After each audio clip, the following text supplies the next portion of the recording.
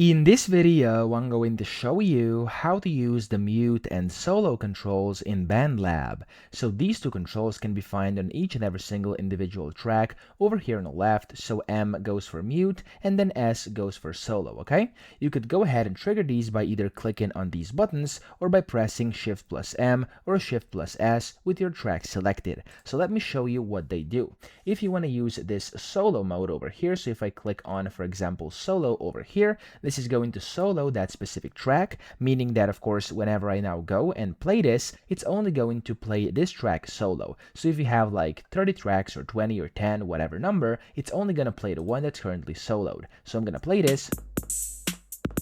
There we go, we can hear only this track right now, but if I go and toggle this off, it's again gonna play all of them.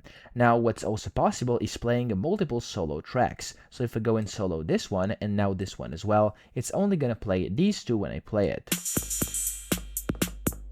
Okay, so we can hear in the back, it's actually playing both of these. So that's what soloing does, but if you want to use the mute control, this is going to mute that specific track you are muting. So if I want to mute just this track, for example, it's only gonna play these two.